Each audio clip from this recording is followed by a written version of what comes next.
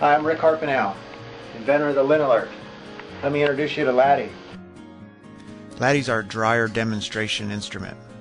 We use this to test and demonstrate how the LintAlert deals with lint buildup in a typical home environment. To minimize its footprint, we will only be dealing with the core components of the dryer's exhaust system. Here we've added a typical flex transition hose connected to an iris-style damper that we'll use to simulate lint buildup by closing down the aperture or choking the airflow. Here we've teed off the tubing to display the analog pressure levels with an industry-standard magnehelic gauge that quickly indicates low air pressures up to 2 water column inches. In order for the LintAlert to accurately monitor the air pressure levels in the specific dryer's exhaust duct, the device needs to be calibrated to your particular system at a like-new or very clean state. In technical terms, a clean value must be recorded to memory in order to determine the proper interval proportions. These intervals are then progressively illuminated over time through the LED light bar. Let's start with demonstrating 3 different calibration attempts of the LintAlert.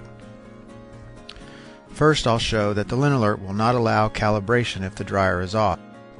Calibration is necessary and is achieved by holding the button in for 5 seconds.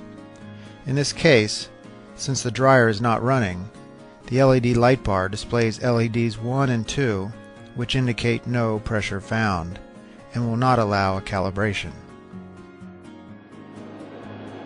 Next, I'll attempt a calibration with a simulated clogged duct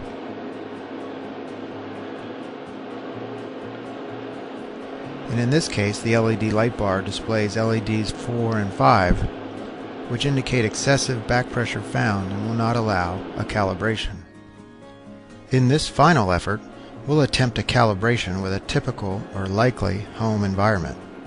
Pressure levels in this group range from 0.2 to 0.8 inches of water column pressure. Depending on what the LintAlert sensor finds, will determine what the pressure intervals the microprocessor will use to illuminate the LED blockage indicator lights.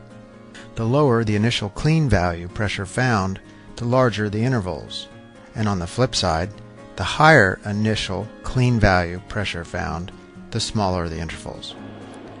In this example, we successfully captured a clean value pressure of 0.5 water column inch, a pretty good mid-range or typical level. And after a slight pause, we observe the first green LED is illuminated, indicating to us that the dryer is on and that about the same amount of back pressure exists as when we initially calibrated. As I choke the airflow by slowly closing the aperture, you'll observe in some unison that as the gauge needle rises, so does the blockage indicator light bar. If I turn off the dryer, the light bar goes out as no pressure exists. Upon restarting the dryer, the LintAlert reveals that the same levels of back pressure still exist in the system. Over time, as lint continues to build up, so will the blockage indicator until the final stage, which includes the combination of blinking lights and audible tone. The audible tone can be muted with a single push of the button.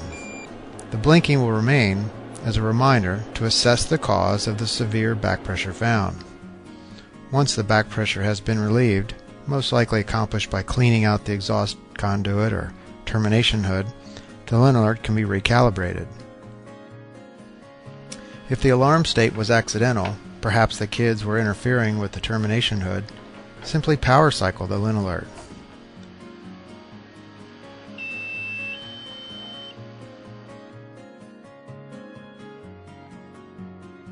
Remember to calibrate with no close in the drum and with a clean lint screen.